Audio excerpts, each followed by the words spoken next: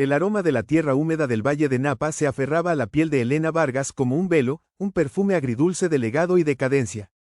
A sus 22 años, no conocía otro mundo que el de aquellas hileras de vides retorcidas, cuyas ramas parecían los brazos esqueléticos de un pasado glorioso que se negaba a morir. Cada mañana, caminaba entre ellas, sintiendo el rocío helado bajo las suelas gastadas de sus botas, una rutina que era tanto un consuelo como una sentencia. Sus dedos, manchados por el mosto y la tierra, rozaban una hoja cubierta de polvo, un gesto íntimo, casi de súplica. Era la guardiana de un reino moribundo, las Bodegas Vargas, un nombre que alguna vez resonó con prestigio y que ahora se ahogaba en el silencio de las deudas. Llevaba el peso de generaciones sobre sus hombros, uno que le robaba el aire y le teñía la mirada de una melancolía perpetua. Si quieres descubrir cómo una oferta desesperada puede cambiar el destino de esta mujer y de su viñedo para siempre, mira este video hasta el final. Te invito a suscribirte al canal y a dejarnos un comentario contándonos desde qué parte del mundo nos acompañas. Continuamos. En lo más profundo de su ser, Elena albergaba una inocencia que iba más allá de lo físico. Su virginidad no era producto de un trauma o de una estricta moral religiosa, sino la consecuencia de un idealismo feroz y una vida dedicada al sacrificio. Había protegido su corazón con la misma tenacidad con la que defendía las vides centenarias de su abuelo, esperando un amor que fuera tan puro, complejo y auténtico como el vino perfecto que soñaba con crear algún día. Se negaba a entregar su cuerpo o su alma a una experiencia que no resonara con la verdad que buscaba. Esta elección, sin embargo, la había aislado, convirtiéndola en una espectadora de la vida, observando desde la ventana de su bodega cómo el mundo giraba, amaba y se rompía sin ella, dejándola en una soledad honorable pero dolorosa. Como enóloga por herencia y vocación, su verdadero santuario era la bodega subterránea, un laberinto de piedra fría y barricas de roble. Allí, el aire olía a tiempo, a madera y a la promesa latente de la uva. Con una concentración casi sagrada, manejaba las pipetas y los matraces, analizando la acidez, el azúcar y los taninos del vino joven. No era una simple tarea científica. Era un diálogo silencioso con la cosecha, un intento de traducir el sol, la lluvia y la tierra en un lenguaje líquido. Pero incluso en su refugio, la realidad la golpeaba. Los equipos eran anticuados, las barricas demasiado viejas, y el presupuesto para la innovación era inexistente. Cada prueba exitosa era un recordatorio agridulce de lo que podría ser, un eco del potencial que se marchitaba junto con las finanzas de su familia. El vacío en su interior no era de falta de amor, sino de falta de vida propia. Había renunciado a la universidad, a los viajes, a las noches de risas despreocupadas con amigos. Su juventud se había canjeado por la responsabilidad de mantener a flote un barco que se hundía lentamente.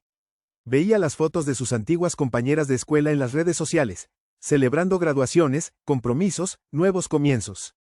Ella, en cambio, celebraba pequeñas victorias silenciosas que nadie más entendía. Una fermentación que no se echaba a perder, un pago a un proveedor que lograba aplazar. Vivía una existencia prestada, siguiendo los pasos de sus antepasados en un camino que no había elegido, un camino que se estrechaba cada día más, amenazando con sofocarla por completo bajo el peso de la tradición y el deber. Esta represión interna se manifestaba en su apariencia. Su belleza era natural y terrenal, pero a menudo pasaba desapercibida, oculta bajo capas de ropa funcional y un cansancio perpetuo.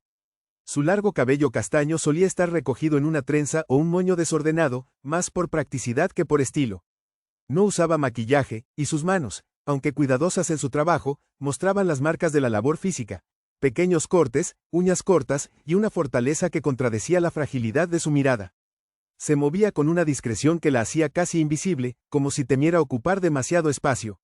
No sabía cómo proyectar confianza o seducción porque nunca se había permitido explorar esa parte de sí misma. Era un capullo que se negaba a florecer, convencida de que su único valor residía en el sacrificio que hacía por los demás. La tensión en la vieja casona familiar era tan densa como la niebla matutina del valle. Las paredes parecían absorber la desesperación silenciosa de su padre, un hombre de hombros caídos y mirada perdida entre montones de facturas impagadas sobre la mesa del comedor. Elena lo observaba desde el umbral de la cocina, con el corazón encogido. Escuchaba sus conversaciones telefónicas, fragmentos de súplicas y negociaciones fallidas que resonaban como martillazos contra los cimientos de su mundo.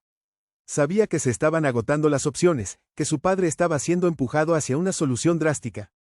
Un miedo frío se instalaba en su pecho, la premonición de que el sacrificio que se le exigiría a continuación no sería de tiempo o trabajo, sino de su propia alma, de la última pieza de sí misma que aún consideraba intacta. La cena en la casona de los Vargas se había convertido en un ritual de silencios. El tintineo de los cubiertos contra la porcelana era el único sonido que se atrevía a romper la tensión que se sentaba a la mesa como un comensal no invitado.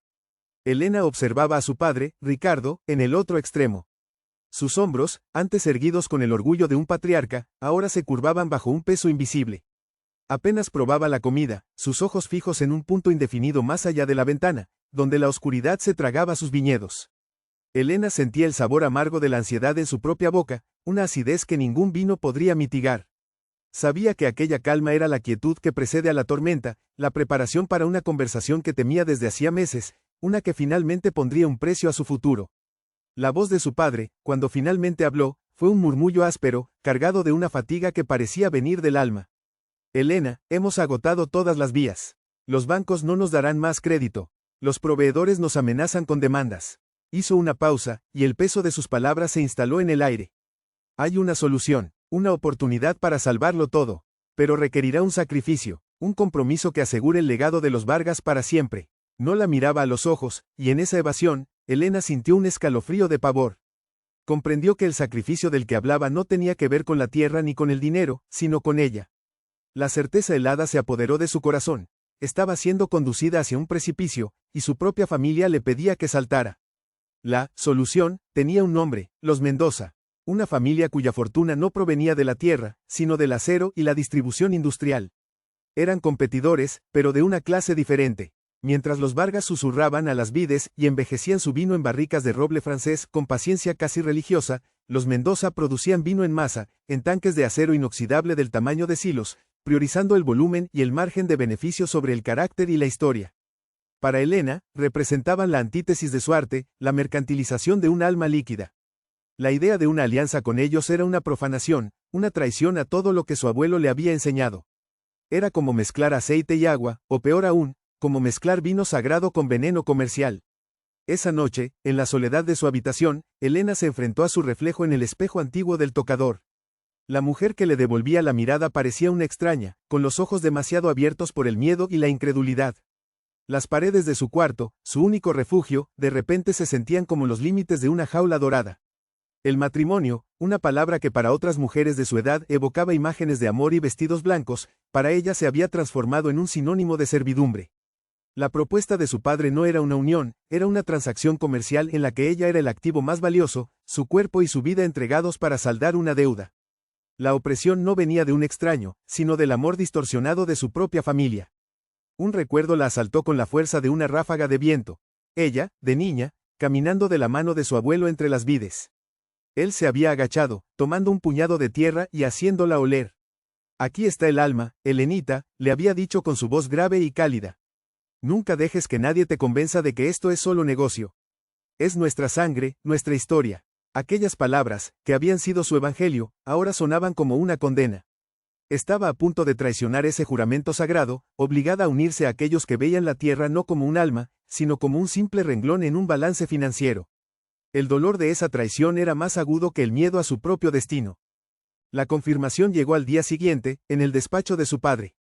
El olor a polvo y papeles viejos impregnaba el aire. Sin mirarla, Ricardo le explicó el acuerdo. Ricardo Mendoza, el hijo de Javier, es un buen hombre. Educado, de buena familia.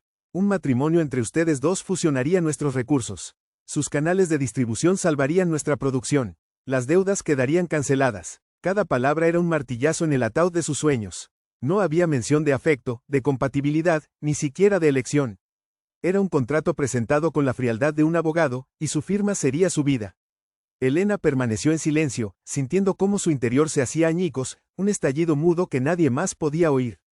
Salió al porche, buscando aire, pero el valle entero parecía conspirar para asfixiarla.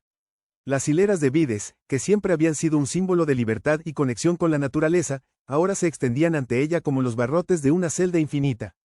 El aroma familiar de la tierra húmeda y las hojas de parra ya no era un consuelo, sino el perfume de su propia prisión. Estaba atrapada, no por muros de piedra, sino por lazos de sangre, deber y un amor filial que se había vuelto tóxico.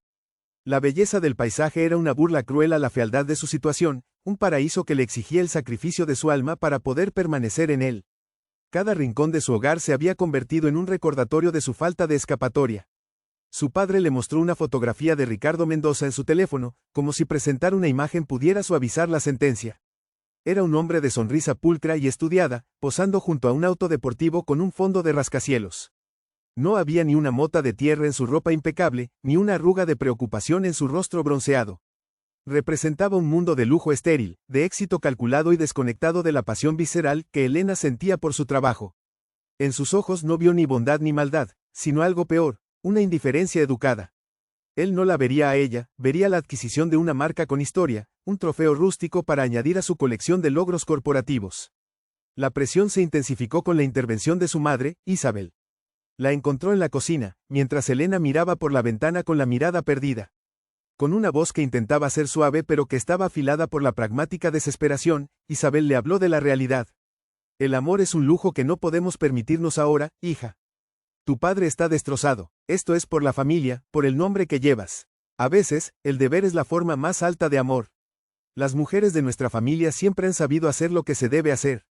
Sus palabras, envueltas en una lógica de sacrificio generacional, no dejaban espacio para la réplica.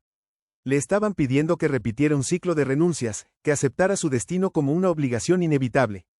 Esa noche, bajo un cielo estrellado que parecía indiferente a su tormento, Elena caminó sola hasta el corazón del viñedo. La luna bañaba las hojas de plata, creando un paisaje de una belleza dolorosa. Acarició una de las vides más antiguas, su corteza rugosa y familiar bajo sus dedos. Ya no había lágrimas, solo una calma fría y decidida. Entendió que no podía aceptar ese destino. No podía entregarse a Ricardo Mendoza, no podía permitir que el alma de su viñedo fuera subastada de esa manera.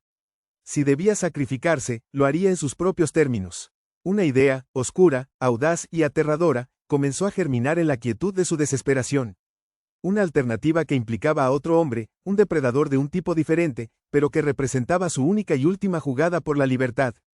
El nombre de Damián Castellanos se susurraba en el valle como una leyenda oscura, un cuento de advertencia para los viejos linajes vinícolas. Le llamaban, el depredador, un magnate inmobiliario forjado en las cenizas de una infancia desposeída, cuya única religión era el poder y cuya única meta parecía ser la demolición de la tradición. No cultivaba la tierra, la conquistaba. Compraba legados familiares no para preservarlos, sino para erradicarlos, levantando sobre sus ruinas complejos de lujo fríos y anónimos. Para Elena, él era un espectro, la encarnación de todo lo que despreciaba. Un hombre que veía sus vides centenarias no como seres vivos cargados de historia, sino como un simple obstáculo en un plano de construcción. El rumor de su interés en las tierras de los Vargas había llegado como un viento helado, una amenaza mucho más tangible y aterradora que cualquier sequía o plaga. La llegada de Damián fue una herida en el paisaje. Un sedán negro, de un lujo tan pulcro y silencioso que parecía absorber la luz del sol, avanzó por el camino de tierra que serpenteaba hacia la bodega. El vehículo se detuvo con una precisión carente de alma, su motor apagándose en un susurro que contrastaba violentamente con el zumbido de los insectos y el murmullo del viento entre las hojas. Elena lo observó desde la sombra del porche, sintiendo el latido de su corazón en la garganta. El coche era una nave de otro universo, un monolito de acero y cristal que profanaba la santidad rústica de su hogar. Era la materialización de la amenaza, y supo, con una certeza que le heló los huesos, que el hombre que estaba a punto de descender de él no venía a negociar, sino a ejecutar una sentencia. Cuando la puerta se abrió, Damián Castellanos emergió con una economía de movimientos que era en sí misma una declaración de poder. No era un hombre ostentoso. Su poder era innato, evidente en el corte impecable de su traje oscuro, que no tenía ni una arruga, ni una mota del polvo del valle. Era alto, de hombros anchos y una presencia que parecía consumir el oxígeno a su alrededor. Su rostro era una máscara de control impasible, de facciones afiladas y una mandíbula firme. Pero fueron sus ojos los que capturaron a Elena. Eran de un color oscuro e indefinido, y no miraban, sino que evaluaban, despojando a todo de su valor emocional para reducirlo a un simple cálculo de coste y beneficio. En ellos no había calor, solo la fría inteligencia de un depredador estudiando a su presa. Reuniendo una valentía que no sentía, Elena bajó los escalones del porche y caminó hacia él, plantándose firmemente sobre la tierra que era suya por derecho y por amor. El aire entre ellos se cargó de una tensión palpable. «Soy Elena Vargas», dijo, su voz apenas un hilo, pero sostenida por una dignidad inquebrantable. «Esta es mi casa y mi viñedo». No le ofreció la mano. Damián Castellanos la observó en silencio por un instante que se sintió eterno. No mostró sorpresa, ni cortesía. Solo una inclinación casi imperceptible de su cabeza, mientras sus ojos la recorrían, no como a una mujer, sino como a un factor imprevisto en su ecuación, un pequeño engranaje desafiante en una maquinaria que él ya consideraba suya. El silencio fue su primera arma, y ella sintió su peso aplastante. Desde su gélida perspectiva, Damián vio exactamente lo que esperaba. Una joven idealista, aferrada a un pasado glorioso que ya no existía, una guardiana sentimental de un negocio en ruinas. Era un arquetipo que conocía bien, la debilidad inherente a las familias de dinero viejo, que tanto despreciaba. Sin embargo, algo en ella le impidió sentir su habitual desdén. No era solo la belleza terrenal de su rostro sin artificios, sino la llama de desafío genuino que ardía en sus ojos. Había una fuerza frágil en su postura, una pasión auténtica en la forma en que pronunciaba las palabras, mi casa. Por un fugaz momento, esa pureza de convicción lo desarmó, una nota discordante en la sinfonía predecible de su conquista. Era una anomalía, y las anomalías, para bien o para mal, siempre captaban su interés. Insistió en recorrer la bodega, y Elena lo guió a regañadientes a través de su santuario subterráneo. Él caminaba por los pasillos de piedra con la actitud de un inspector sanitario, no de un amante del vino. Su mirada se deslizaba con indiferencia sobre las barricas de roble francés que ella cuidaba como a niños. Cuando tocaba la madera, no era con la reverencia de quien siente la historia, sino con la fría evaluación de un tasador. Sus preguntas eran como bisturíes, cortantes y precisas, despojando a la bodega de su alma. ¿Cuál es el rendimiento por hectárea? ¿Qué porcentaje de la producción se exporta? ¿Cuál es el valor fiscal de la propiedad? Cada interrogante era una profanación, un recordatorio de que él solo veía cifras donde ella veía vida y legado. Mientras se movían por un pasillo estrecho entre dos hileras de barricas, sus cuerpos se rozaron inevitablemente. El tejido caro de su traje contra el algodón gastado de su blusa fue un contacto fugaz, pero para Elena fue como recibir una descarga eléctrica. Un calor inesperado e indeseado se extendió desde su brazo por todo su cuerpo, una reacción visceral que la tomó por sorpresa y la llenó de vergüenza y confusión. Él no pareció reaccionar, pero por una fracción de segundo, su paso vaciló. El aire entre ellos se volvió aún más denso, cargado de algo nuevo y peligroso, una conciencia física que ninguno de los dos había invitado. El silencio que siguió al roce fue más íntimo y perturbador que cualquier palabra que hubieran intercambiado hasta entonces. En un último y desesperado intento por hacerle entender, Elena se detuvo frente a la barrica más antigua, la que había pertenecido a su bisabuelo. Esto no es solo madera y vino, le dijo, su voz vibrando con una emoción contenida. Es el tiempo, es la historia de mi familia embotellada. Tiene un alma. Damián la escuchó con una paciencia casi insultante antes de responder, su voz baja y desprovista de cualquier emoción. El alma no paga las deudas, señorita Vargas. Y la tradición es un lujo que los negocios en quiebra no pueden permitirse. Es una debilidad, y las debilidades están hechas para ser explotadas. La frialdad de su lógica era absoluta, una muralla de pragmatismo contra la que la pasión de Elena se estrellaba y se rompía en mil pedazos.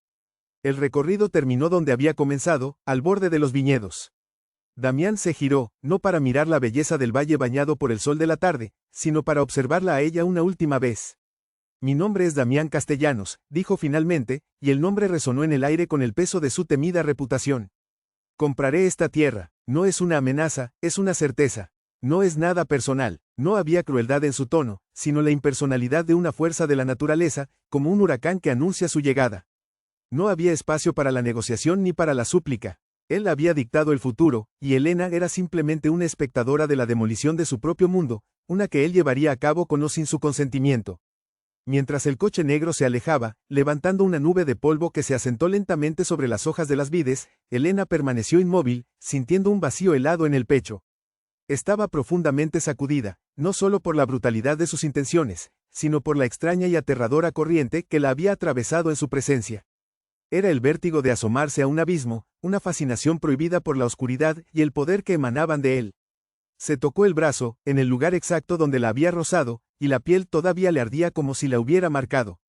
Sin saberlo, la colisión de sus mundos no solo había sembrado la semilla de la destrucción, sino también la de un deseo peligroso, uno que crecería en el terreno más improbable, entre la defensora de un legado y su depredador. Los días que siguieron a la visita de Damián Castellanos se convirtieron en un purgatorio para Elena. El recuerdo de su presencia no la abandonaba, era una mancha de tinta en el lienzo pastoral de su vida. Intentaba exorcizarlo trabajando hasta el agotamiento, hundiendo las manos en la tierra, inhalando el aroma familiar de las uvas fermentadas, pero era inútil. El olor de su colonia, una fragancia sutil y cara de cítricos y madera, parecía haberse impregnado en el aire de la bodega, un fantasma olfativo que se burlaba de ella. Por la noche, en la soledad de su cama, sentía el eco de aquel roce accidental en su brazo, un calor fantasma que le erizaba la piel y la hacía sentirse a la vez profanada y extrañamente viva. Era una sensación que odiaba y, para su horror, una que su cuerpo anhelaba repetir. Se obligaba a pensar en él con desprecio, a recordarlo como el depredador que era, un hombre cuyo único propósito era pavimentar su historia para construir un monumento a la codicia. Se repetía sus palabras frías, su lógica brutal sobre la debilidad de la tradición. Pero su mente, tan disciplinada en la ciencia de la enología, se volvía traicionera. Recordaba no solo la dureza, sino la intensidad de su mirada, la forma en que sus ojos oscuros parecían ver más allá de la fachada de chica de campo, buscando algo más profundo.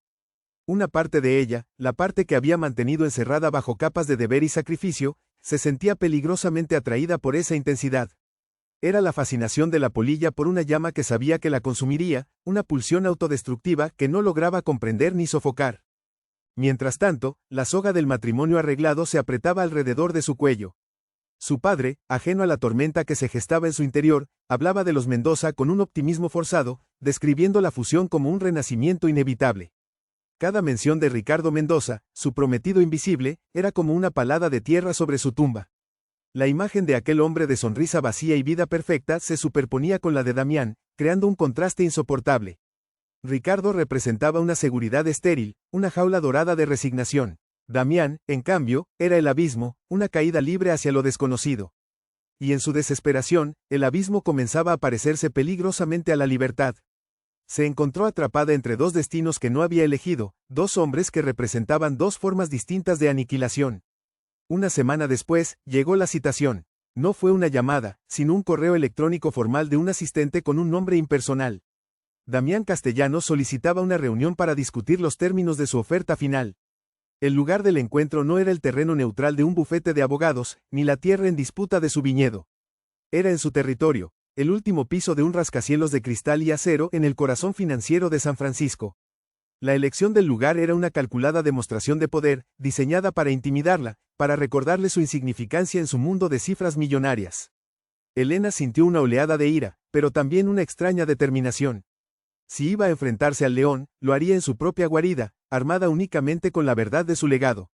El viaje a la ciudad fue como cruzar a otra dimensión. Dejó atrás el verde orgánico y la tierra húmeda del valle para sumergirse en un universo de ángulos rectos, asfalto y ruido incesante.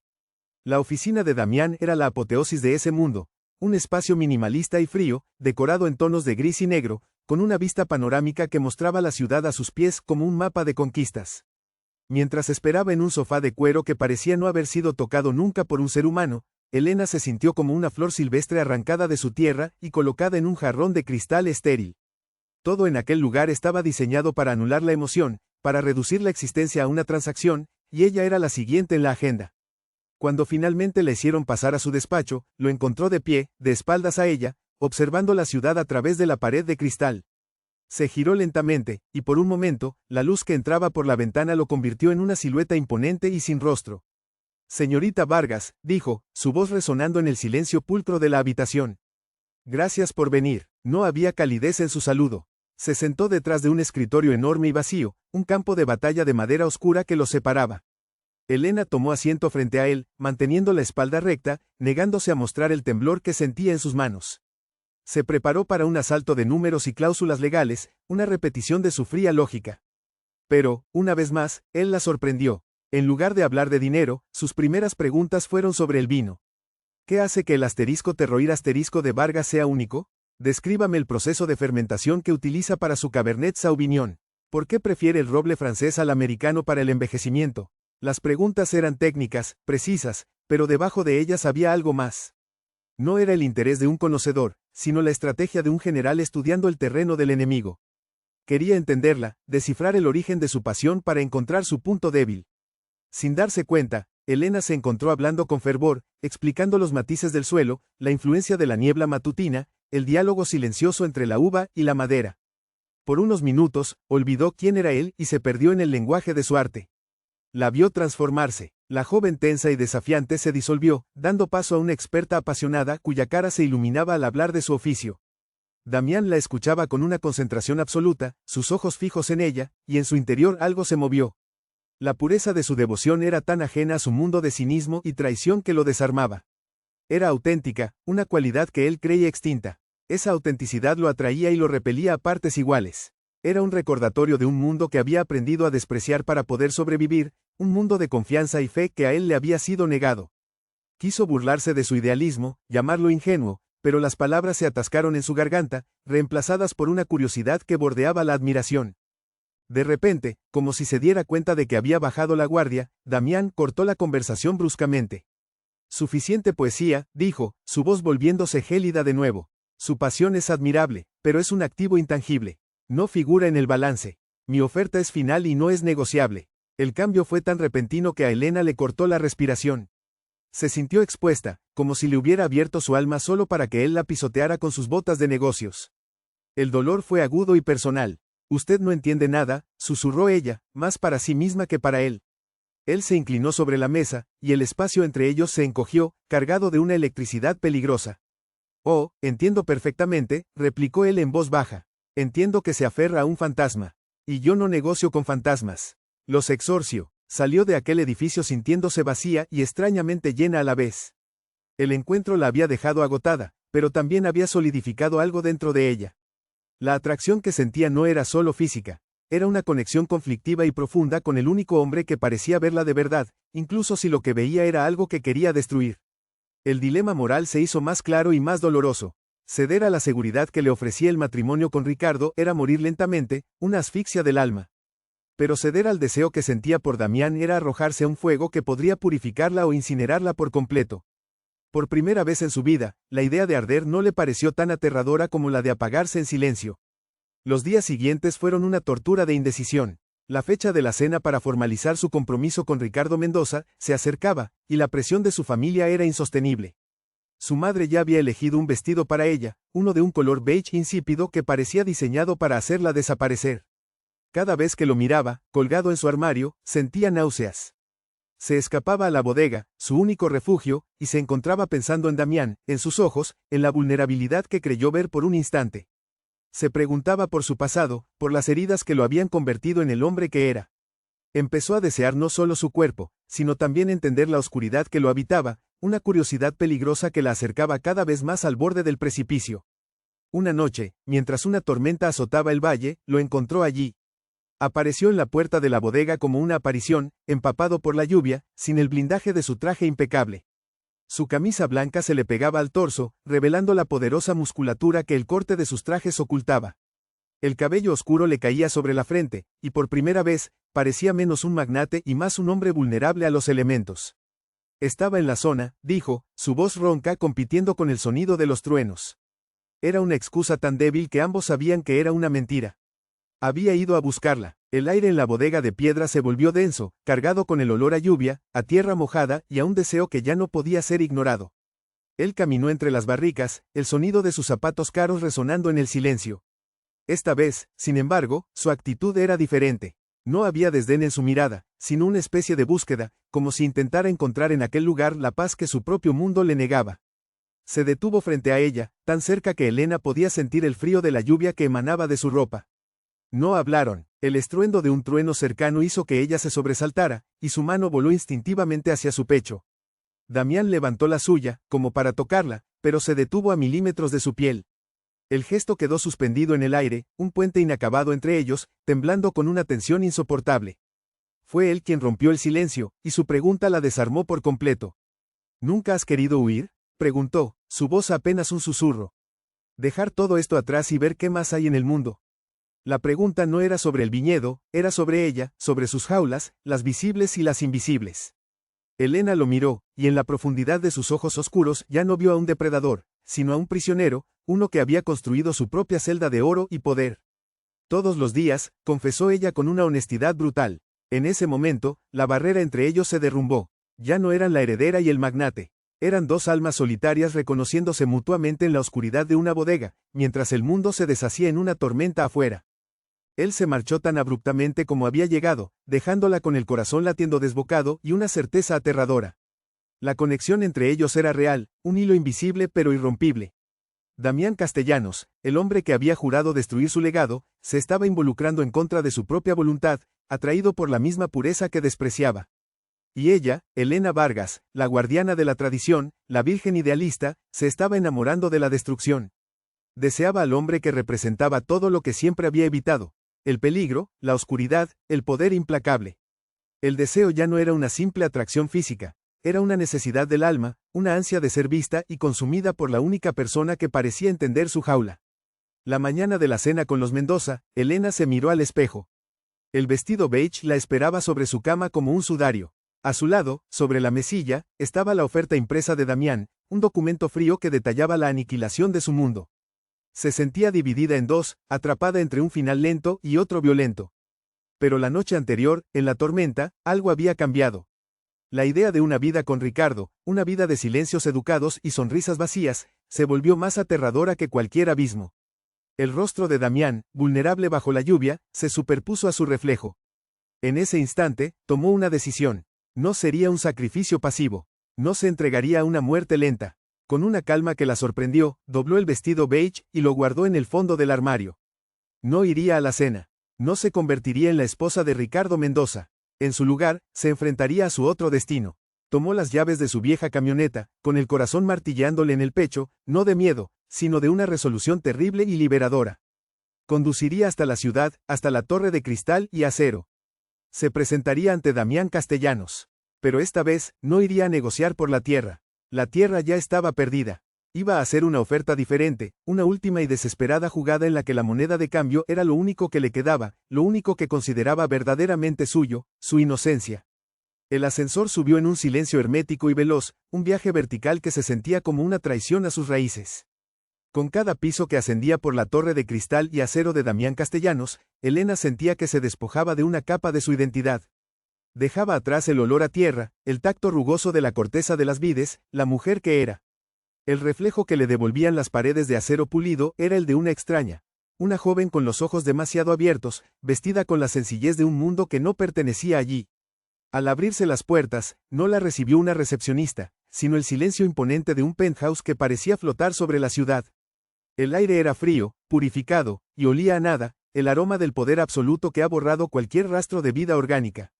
Había cruzado el umbral, ya no había vuelta atrás. Lo encontró de pie frente al ventanal panorámico, una silueta oscura contra un tapiz de luces urbanas que se extendían hasta el infinito. No se giró al oírla llegar, como si su presencia fuera una certeza anticipada. Elena avanzó por el suelo de mármol pulido, sus botas de campo produciendo un sonido casi profano en la quietud del lugar. El espacio era vasto, minimalista, un templo dedicado al éxito donde cada objeto parecía elegido para afirmar la distancia entre él y el resto de la humanidad. Ella se detuvo a varios metros de su espalda, sintiendo la inmensidad de la habitación como una presión física sobre su pecho.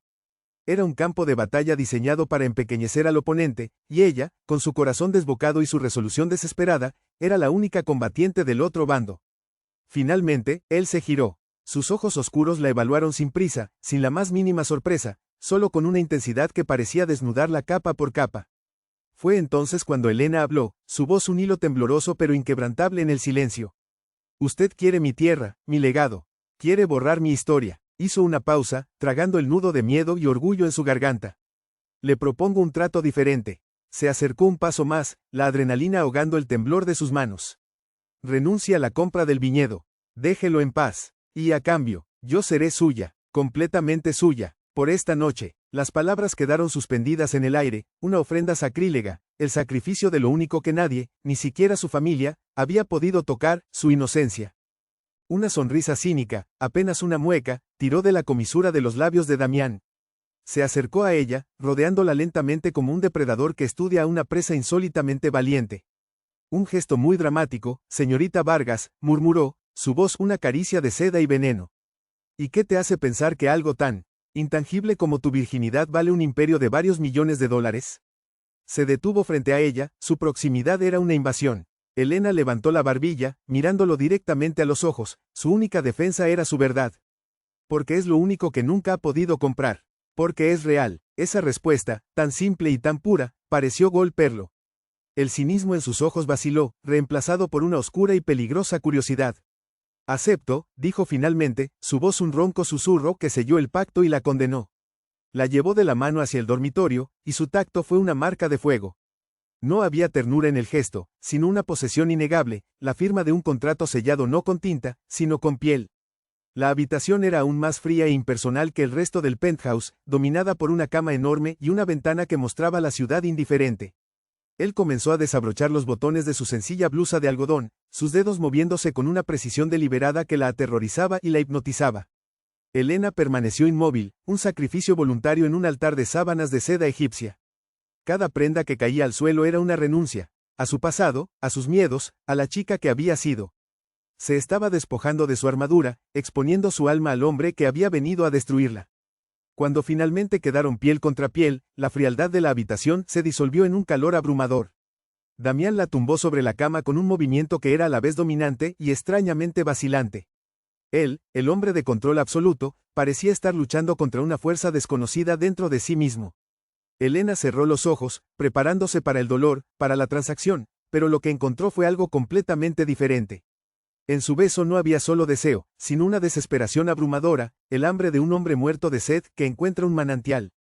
Era un beso que no buscaba tomar, sino absorber, como si quisiera robarle la pureza que él mismo había perdido hacía mucho tiempo. Era una confesión silenciosa de su propia y profunda soledad. En el momento culminante de su entrega, Elena no sintió la aniquilación que esperaba, sino una conexión tan profunda y dolorosa que le robó el aliento. En el instante en que sus cuerpos se unieron, las barreras entre ellos se hicieron añicos. De repente, ya no era la virgen sacrificándose por su tierra, ni él el depredador reclamando su premio. Eran dos almas desnudas, colisionando en la oscuridad. Pudo sentir, a través de su piel, el peso de sus heridas, la armadura de su soledad, el niño abandonado que se escondía detrás del magnate implacable. Su entrega dejó de ser un sacrificio para convertirse en un acto de compasión no solicitada, un bálsamo involuntario sobre una herida que él ni siquiera sabía que sangraba. Para Damián, la revelación fue un cataclismo.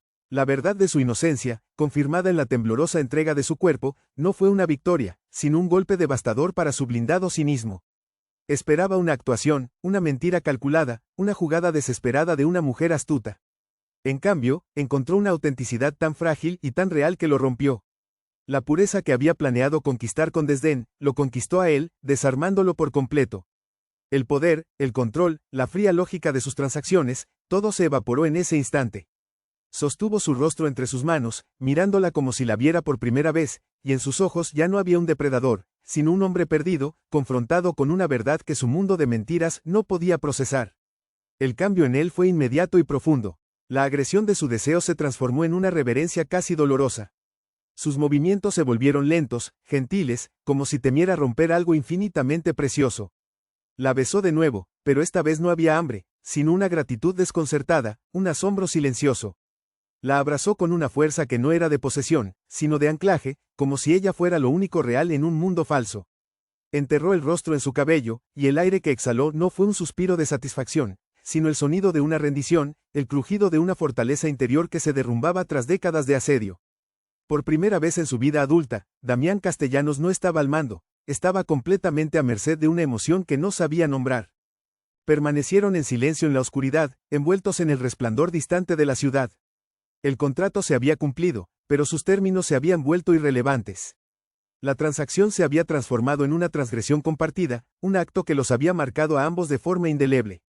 Elena sentía el latido del corazón de Damián contra su pecho, un ritmo constante y vulnerable que desmentía su poder. Ya no eran la guardiana y el destructor. Eran dos extraños que se habían confesado sus secretos más profundos sin pronunciar una sola palabra. La noche que debía haber sido el final de su historia se había convertido en un comienzo aterrador, atándolos con un hilo invisible de inocencia perdida y vulnerabilidad descubierta, un vínculo mucho más fuerte y peligroso que cualquier contrato legal. El amanecer se filtraba por el inmenso ventanal del penthouse como un intruso no deseado, dibujando líneas frías y geométricas sobre las sábanas de seda donde Elena yacía sola. El calor del cuerpo de Damián, el olor a cítricos y madera, que se había adherido a su piel durante la noche, se había desvanecido por completo, reemplazado por el aroma estéril del cristal y el acero. El silencio era absoluto, una ausencia tan pesada y opresiva como lo había sido su presencia. Se sentó lentamente, abrazándose a sí misma, sintiendo un vacío que no era solo físico. El acto que debía haberla salvado se sentía ahora como el principio de una aniquilación diferente, una más íntima y silenciosa. La vergüenza y el triunfo luchaban en su interior, dejándola en un estado de parálisis emocional, una náufraga en la isla desierta de la mañana siguiente, con el precio de su sacrificio grabado a fuego en su memoria. El viaje de regreso al valle fue un trayecto a través de un purgatorio personal, con cada kilómetro alejándola más de la mujer que había sido. El paisaje familiar del valle de Napa, con sus colinas ondulantes y sus hileras de vides perfectamente alineadas, le parecía ahora un lienzo extranjero, observado a través de un velo de transgresión. Ya no era la guardiana inocente de ese legado, era una traidora que había comerciado con su parte más sagrada. El volante se sentía frío bajo sus manos temblorosas, y el reflejo en el espejo retrovisor le devolvía la mirada de una extraña con los ojos hundidos. Una parte de ella se sentía sucia, utilizada, pero otra, una parte más oscura y recién despertada, sentía una extraña vibración de poder. Había tomado las riendas de su destino, aunque fuera para estrellarlo contra un muro. Esa elección, terrible y suya, la había cambiado para siempre. Mientras tanto, a kilómetros de distancia, en la cima de su torre corporativa, Damián Castellanos no sentía el triunfo de un conquistador. Estaba de pie, no frente a la ventana panorámica, sino en la penumbra de su oficina, con una copa de whisky intacta sobre la mesa. La revelación de la inocencia de Elena no había sido un trofeo, sino una perturbación sísmica que había resquebrajado los cimientos de su cinismo. Esperaba una mentira, una actuación, y en su lugar había encontrado una verdad tan pura que lo había desarmado. Esa autenticidad, la misma que había despreciado por considerarla una debilidad, ahora lo atormentaba. Era un espejo que le devolvía el reflejo de todo lo que había perdido, de la confianza que le habían arrancado. Por primera vez, una transacción le había costado más de lo que había ganado, dejándole una herida que no sabía cómo cerrar. La noticia la golpeó antes de que pudiera cruzar el umbral de su casa. La pantalla de su teléfono vibró con una alerta de un periódico local, y el titular apareció como una sentencia de muerte digital. Castellanos Enterprises adquiere las históricas bodegas Vargas en una compra hostil. Las palabras se desenfocaron, sintió que el aire le faltaba, como si una mano invisible le apretara la garganta. Era la máxima traición, una crueldad quirúrgica y pública. No solo había roto su promesa, sino que lo había hecho de la manera más humillante posible, asegurándose de que todo el valle supiera que los Vargas habían caído finalmente, y que él era el verdugo. Se apoyó contra la puerta de su vieja casa, el mundo girando a su alrededor, el dolor de la traición tan agudo y físico que la dobló en dos, ahogando un sollozo que era pura desesperación. Su padre la encontró en el pasillo, con el rostro desencajado por la derrota. No sabía los detalles de su noche, no sabía del sacrificio, pero la culpaba de todo. «Esto es tu culpa», gritó, su voz rota por la angustia y la rabia. «Tu orgullo, tu negativa a ser razonable. Ahora lo hemos perdido todo». Cada palabra era un latigazo, pero fue el silencio glacial de su madre, que la miraba desde la cocina con una decepción tan profunda que era peor que cualquier grito, lo que la rompió por completo. En sus ojos, Elena ya no era su hija, sino la arquitecta de su ruina final. Se había convertido en una paria, una apátrida en su propio hogar, rechazada por la misma familia por la que se había inmolado. La soledad que sintió en ese momento fue más profunda y fría que la del penthouse de Damián. Se refugió en su dormitorio, el santuario de su infancia que ahora se sentía como las paredes de una celda. Se dejó caer sobre la cama, el rostro hundido en la almohada, y lloró. Lloró por el viñedo perdido, por la traición de Damián, por el desprecio de su familia. Lloró por la niña idealista que había muerto la noche anterior en una cama de sábanas de seda. Había sacrificado su parte más íntima en un altar de falsas promesas, solo para ser desechada y humillada. El eco de la humillación pública, la imagen del titular en su teléfono, resonaba más fuerte que cualquier recuerdo de intimidad. Se sentía estúpida, ingenua y completamente rota. Todo su mundo, construido sobre los pilares del deber y la tradición, se había derrumbado, dejándola sola entre los escombros de sus propias decisiones. Pero en el fondo de ese pozo de desesperación, cuando las lágrimas se secaron y solo quedó un vacío helado, algo diferente comenzó a arder. No era dolor, sino rabia. Una rabia fría y lúcida. Rabia contra Damián por su crueldad calculada. Rabia contra su padre por su debilidad. Rabia contra sí misma por haber creído que podía negociar con un depredador. Y en esa rabia, encontró una extraña fuerza. La noche anterior, por primera vez, no había obedecido. Había actuado. Había transgredido. Había elegido su propio veneno. Se levantó de la cama y se miró en el espejo. La chica asustada había desaparecido. En su lugar había una mujer con los ojos enrojecidos pero endurecidos por el fuego. Ya no tenía nada que perder, y esa constatación, en lugar de aterrarla, la liberó. El sonido de un motor desconocido la sacó de su letargo. Por la ventana, vio un sedán negro y elegante, diferente al de Damián, detenerse frente a la casa. De él descendió un hombre de traje impecable que no pertenecía a ese paisaje de tierra y vides.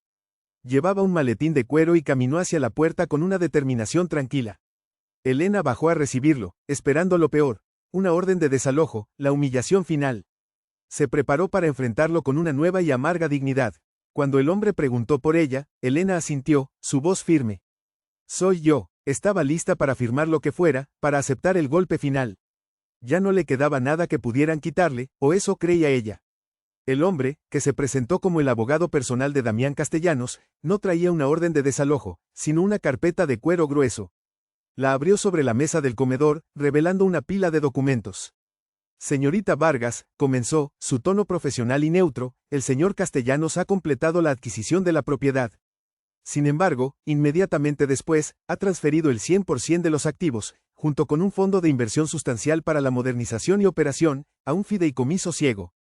Hizo una pausa, mirando a Elena directamente a los ojos. Usted, Elena Vargas, ha sido nombrada la única beneficiaria y directora de ese fideicomiso. La bodega, la tierra, todo. Es legalmente suyo, incondicionalmente. El silencio que siguió fue atronador, roto solo por el latido del corazón de Elena en sus oídos.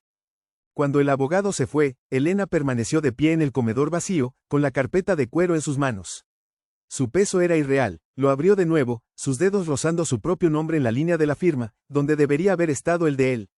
El shock era tan inmenso que bordeaba la locura. No era un regalo, era una jugada de poder de una magnitud que no podía comprender.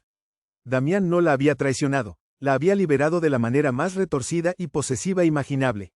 La había despojado de su familia, de sus deudas, de su matrimonio forzado, solo para entregarle el reino entero.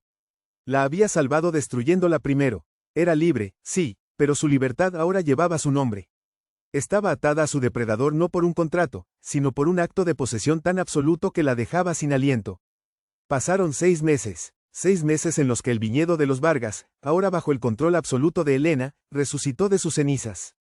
El dinero del fideicomiso, frío e impersonal en su origen, se había transformado en vida.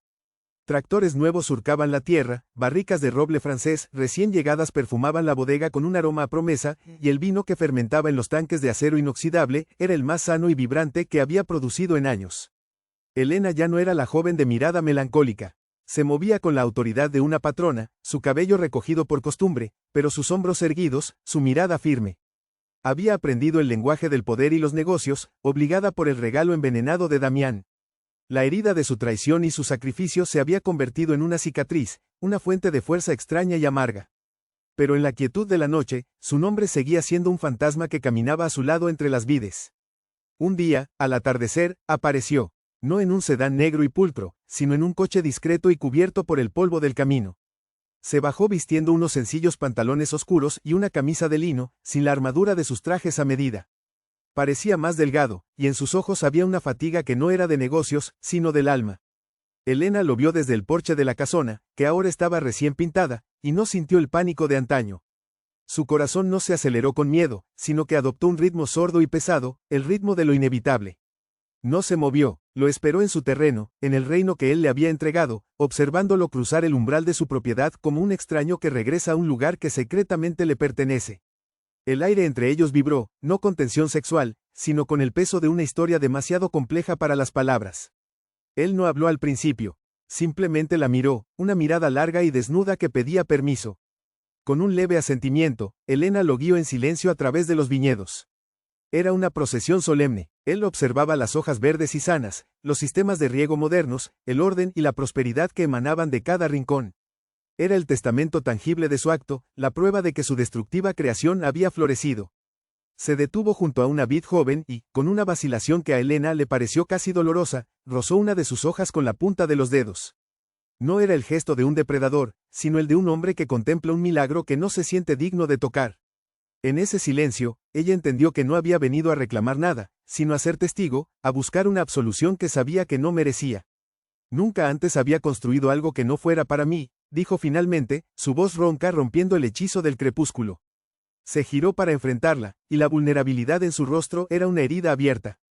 No sé cómo dar, solo sé cómo arrebatar y cómo poseer. Comprar la bodega, humillar a tu padre, fue la única manera que conocía de cortar tus cadenas.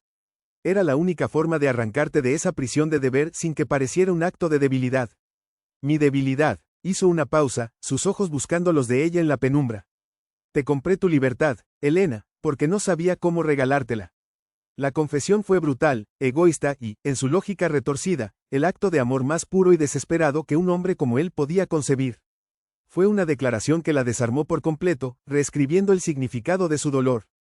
Elena desvió la mirada hacia las colinas teñidas de púrpura por el sol poniente. La rabia que había sido su combustible durante meses se disolvió, dejando en su lugar una comprensión profunda y melancólica. Vio al hombre herido detrás del magnate, al niño abandonado que solo sabía expresar afecto a través del control y la destrucción. Extendió la mano y no lo tocó a él, sino a la misma vid que él había rozado, uniendo sus gestos en el espacio. «Usted no me compró la libertad», respondió ella, su voz suave pero firme, llena de una nueva sabiduría. «Usted me dio las armas para conquistarla yo misma. Esta tierra ya no es la carga de un legado. Es una elección que hago cada día». Al decirlo, sintió que la última cadena se rompía. No era su víctima ni su creación. Era la arquitecta de un futuro que había nacido de sus ruinas compartidas. No se dijeron nada más. No hubo un beso, ni un abrazo, ni una promesa. No era necesario. Él asintió lentamente, aceptando sus palabras como la única absolución posible. Se dio la vuelta y caminó de regreso a su coche, su silueta recortada contra el último resplandor del día. Elena no lo vio partir como un enemigo ni como un amante, sino como una parte de su propia historia que ahora podía dejar atrás. Se quedó sola en su viñedo, el aire fresco de la noche llenando sus pulmones. Por primera vez, el aire se sentía completamente suyo. El futuro era un campo abierto y fértil, como la tierra bajo sus pies. Estaba libre, estaba entera, y estaba atada para siempre a su depredador por el recuerdo de una noche que la había destrozado y, finalmente, la había salvado.